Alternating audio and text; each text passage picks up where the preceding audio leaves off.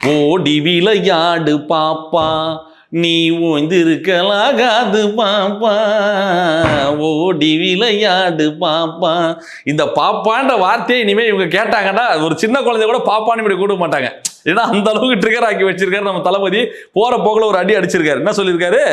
பவள விழா பாப்பா, நீ பாசாங்கு காட்டல் ஆகாது பாப்பா, நீ நல்லவர் போல் நடிப்பதை நீ ஊரே பார்த்து சிரிக்குது பாப்பா, நீ உன் நாடகத்தை யாரும் நம்ப மாட்டாங்க, மூடிட்டு போப்பான்னு சொல்லி தளபதி இன்னைக்கு ஒரு சக்க போடு போட்டிருக்காரு ஒரு அறிக்கையின் மூலியமாக.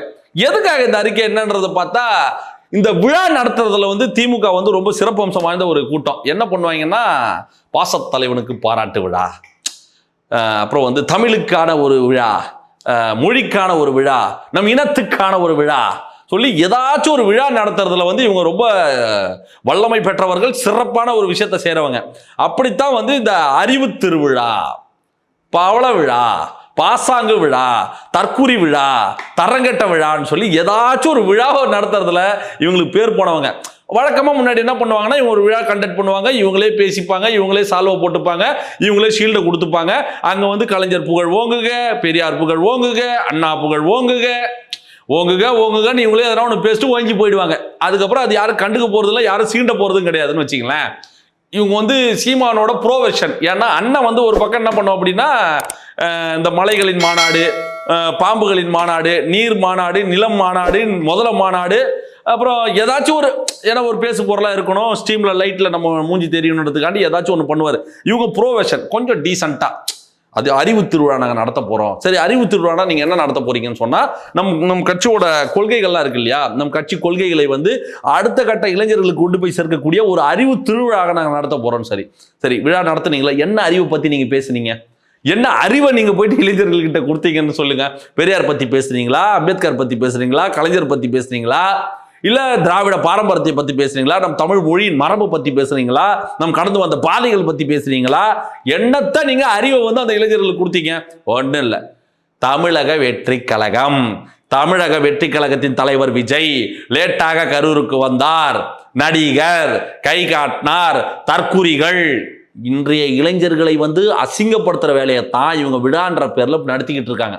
தமிழ்நாட்டில் கிட்டத்தட்ட முதல் தலைமுறை வாக்காளர்கள், அதாவது 18 வயசுல இருந்து அதற்கு பிறகு இளைஞர்கள் கூட்டம், இந்த 30 வயசுக்குள்ள இருக்கக்கூடிய வாக்காளர்களோட எண்ணிக்கை என்ன தெரியுமா? கிட்டத்தட்ட 1 கோடி ஓட்டுக்கு மேல இருக்கு. புரியுதா? அந்த 1 கோடி பேரோட ஓட்டுக்கள், அந்த 1 கோடி இளைஞர்களை பார்த்து இவங்க என்ன சொல்றாங்க? தற்குறி, நடிகம் பின்னாடி போறான். இந்த தற்கூரி நடிகம் பின்னாடி போறான்ற ஸ்ட்ராட்டஜி புதுசு கிடையாது. இவங்க எம்ஜிஆர் காலத்துல இருந்தே அதை தான் சொல்லிக்கிட்டு இருக்காங்க. கூத்தாடி பய கூட்டம், விசிலடிச்சாங்குஞ்சி கூட்டம் சொல்லி எம்ஜிஆர் காலத்துல இருந்து எம்ஜிஆர் கூட வந்த ரசிகர்களையும் தொண்டர்களையும் பார்த்து ஏளனப்படுத்தி அசிங்கப்படுத்திய கூட்டம் தான் இந்த திமுக கூட்டம். புரியுதுங்களா?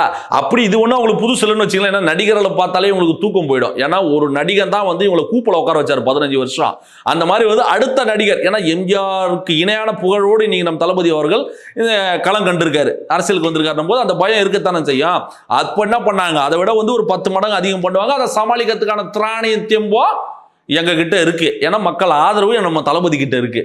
இப்படி இவங்க விழா நடத்திக்கிட்டே இருந்தாங்க. இவரு தளபதி பார்த்துக்கிட்டே இருந்தாரு. ஓஹோ, நீ அப்படி வரியா?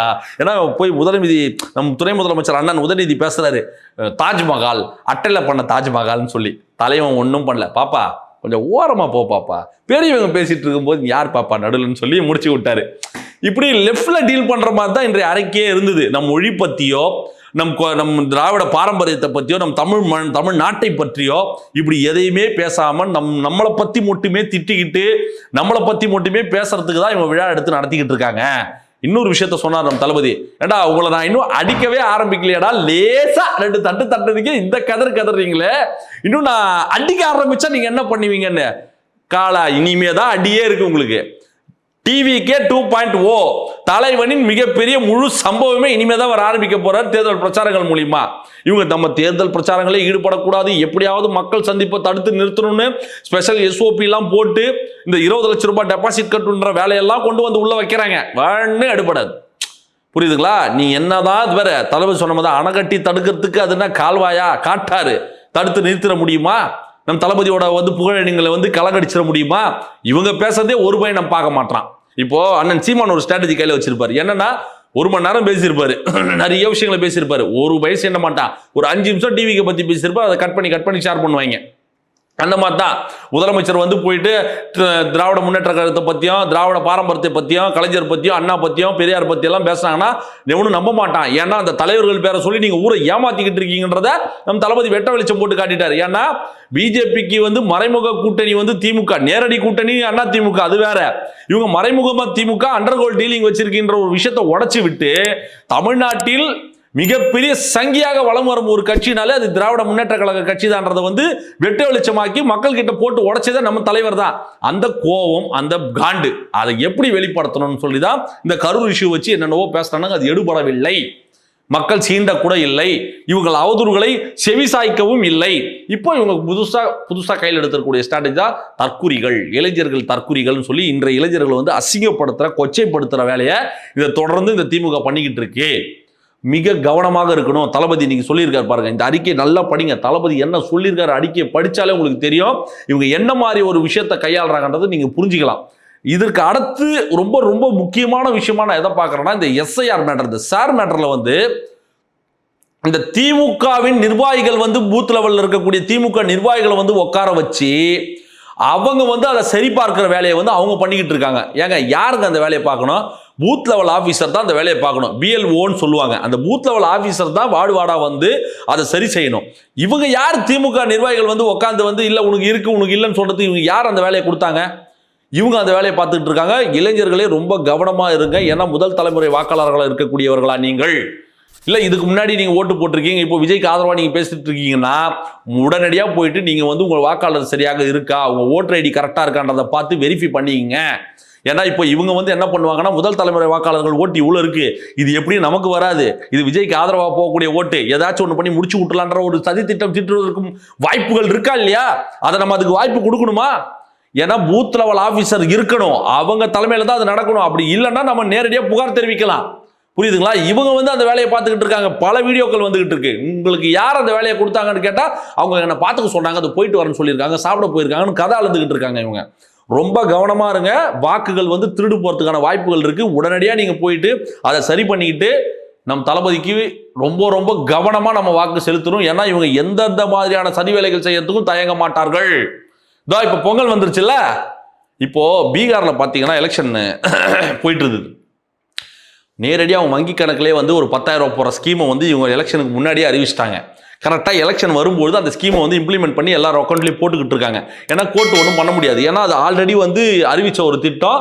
அந்த திட்டத்துக்கு வந்து நேரடியாக வந்து வங்கி கணக்கில் 10,000 ரூபா போடக்கூடிய ஒரு ஸ்கீம் அது. இப்போ எப்படி பீகார் எலெக்ஷனில் வந்து பிஜேபி மாடல் வந்து இந்த நேரடியாக 10,000 ரூபா போடுற வேலையை பார்த்தாங்களோ, அந்த திட்டத்தை தான் இப்போ திமுக வந்து திமுக வந்து என்ன பண்ண போகுதுன்னா, எலெக்ஷனுக்கு முன்னாடி பொங்கலுக்கு வந்து ஒரு குறிப்பிட்ட கணிசமான தொகையை கொடுக்க போறதா பேசிக்கிட்டு இருக்காங்க. நீங்க பார்த்துக்கிட்டே இருங்க. ஃபினான்ஸ் டிபார்ட்மெண்ட்டே ஆடி போய் கிடக்கு. ஆல்ரெடி பல கோடி ஊழல்ல கிடக்கு. அதெல்லாம் இவங்க வந்து பெருசா பொருட்படுத்தாம எப்படியாவது இந்த திமுக வந்து 2024 நம்ம ஜெயிச்சே ஆகணும், அதுக்காக நம்ம எந்த விளைவுனாலும் கொடுக்கறதுக்கு திமுக தயாராக இருக்கிறது.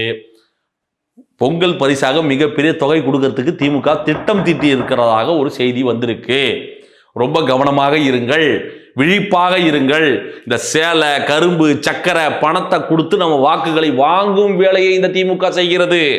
விற்கிற வேலையை நம்ம பார்க்கவே கூடாது. இவங்க 1000 பண்ணட்டும், என்ன ஒன்றா செய்யட்டும், நம்ம தெளிவாக இருக்கணும். கண்ணா நீ என்ன ஒன்றா பேசு, நீ என்ன ஒன்றா பண்ணு, என் வாக்கு என் தலைவன் விஜய்க்கு, தமிழக வெற்றி கழகத்திற்குத்தான் என் வாக்குன்றதால நீங்கள் கவனமாக இருங்க. இப்படி அவதூறுகளையும் பொய்களையும் அபாண்டங்களையும் ஆபாசங்களையும் தற்குறி என்னும் ஒரு கேவலமான ஒரு ஸ்ட்ராட்டஜியை கையில் வச்சுட்டு இந்த திமுக தொடர்ந்து பரப்பிக்கிட்டு இருக்கு. அதுக்கு நம் தளபதி அவர்கள் இன்றைய அறிக்கை மூலியமாக செவிலே வச்சிருக்காரு. நான் அடிக்கவே ஆரம்பிக்கலடா, இனிமே தாண்டா உங்களை தூக்கி போட்டு மிதிக்க போறன்றதையும் வந்து இன்னைக்கு இண்டிகேட் பண்ணியிருக்காரு. அடுத்த கட்டமாக தேர்தல் பிரச்சாரங்களை வந்து செய்ய காத்திருக்காரு நம் தளபதி. உங்களுக்கு நீங்க உங்க ஏரியாக்கள்ல நடக்கக்கூடிய பிரச்சனைகள் என்ன போய்கிட்டு இருக்கு, என்ன மாதிரியான விஷயங்கள் இந்த திமுக பண்ணிக்கிட்டு இருக்காங்கன்றதெல்லாம் நீங்க கமெண்ட்ஸ்ல சொல்லுங்க. அதே மாதிரி இந்த பூத் லெவல் ஆபீசர்ஸ் இல்லாம திமுக நிர்வாகிகள் வந்து அந்த பூத் லெவல் அந்த ரிசிப்டை வச்சுக்கிட்டு உங்ககிட்ட உங்க ஏரியாவில் எங்கன்னா நடக்குதா, எந்த ஏரியா, எந்த ஊர், எந்த மாவட்டம், என்ன தொகுதின்றதையும் உங்க கமெண்ட்ஸ்ல சொல்லுங்க. நாம அதை வெட்டி வெளிச்சமாக்குவோம். முடிஞ்சா காணொலி வீடியோ எடுத்து நீங்க ஷேர் பண்ணி விடுங்க. ஏன்னா நம் வாக்குகள் நமக்கு ரொம்ப ரொம்ப முக்கியம். அந்த பயத்துல தான் இவ்வளவு வேலையும் பார்த்துட்டு இருக்காங்க. இந்த விழா, பவள விழா, அறிவு விழா, அந்த விழா, அறகுறை விழாலாம் நடத்திக்கிட்டு இருக்கிறதுக்கான காரணம் என்னன்னு கேட்டீங்கன்னா, இன்றைய இளைஞர்களின் மூளையை செலவு செய்யணும். கிட்டத்தட்ட 1 கோடி ஓட்டுகளுக்கு மேல இளைஞர்கள் வாக்கு இருக்கு. அதை நம்ம பக்கம் அறுவடை பண்ணணும்னு துடிச்சுக்கிட்டு இருக்காங்க. இவங்க என்னதான் வெட்டி முடிச்சாலும் அந்த பக்கம் போறது இல்லை. ஏன்னா இவன் சிந்திக்க ஆரம்பிச்சிட்டான். இவங்க இத்தனை நாள் அண்ணா பேரை சொல்லி, பெரியார் பேரை சொல்லி, அம்பேத்கர் பேரை சொல்லி இவங்க என்னெல்லாம் போலி நாடகத்தை நடத்தி இருக்காங்கன்றத இன்னைக்கு வெட்ட வெளிச்சம் போட்டு நம்ம தளபதி அவர் காட்டிக்கிட்டு இருக்காரு. போது இனியும் அந்த இளைஞர்கள் நம்ப போறதுக்கு தயாரா இல்லை. பட் இருந்தாலும் ஓட்டு போறதுக்கு வாக்கு நம்மகிட்ட அது இருக்கணும்ல, அதுக்கு நீங்க கவனமா இருக்கணும்ல. அந்த வேலையை போய் பாருங்க. 1000 வேலை இருக்கலாம் நமக்கு. பட் அதுக்கு ஒரு டைம் ஒதுக்கி தயவு செய்து நீங்க போய் பார்த்துட்டு அதை சரி செய்து கொள்ளுங்கள். இந்த அவதூறுகளை நாங்க பார்த்துக்கிறோம். நம் தளபதி அவர்கள் இனி இறங்கி சம்பவம் செய்ய தயாராக இருக்கிறார். இந்த பவள விழா பாப்பாக்களை ஓட ஓட விரட்டுவோம் என்று சொல்லிக்கொண்டு இந்த வீடியோவை நான் நிறைவு செய்கிறேன். லைக் செய்துவிட்டு, சப்ஸ்கிரைப் செய்துவிட்டு, வீடியோவை ஷேர் செய்துவிட்டு பார்க்குமாறு அன்புடன் கேட்டுக்கொள்கிறேன். மீண்டும் ஒரு தரமான வீடியோவோடு உங்களை நான் சந்திக்கிறேன். நன்றி, வணக்கம்.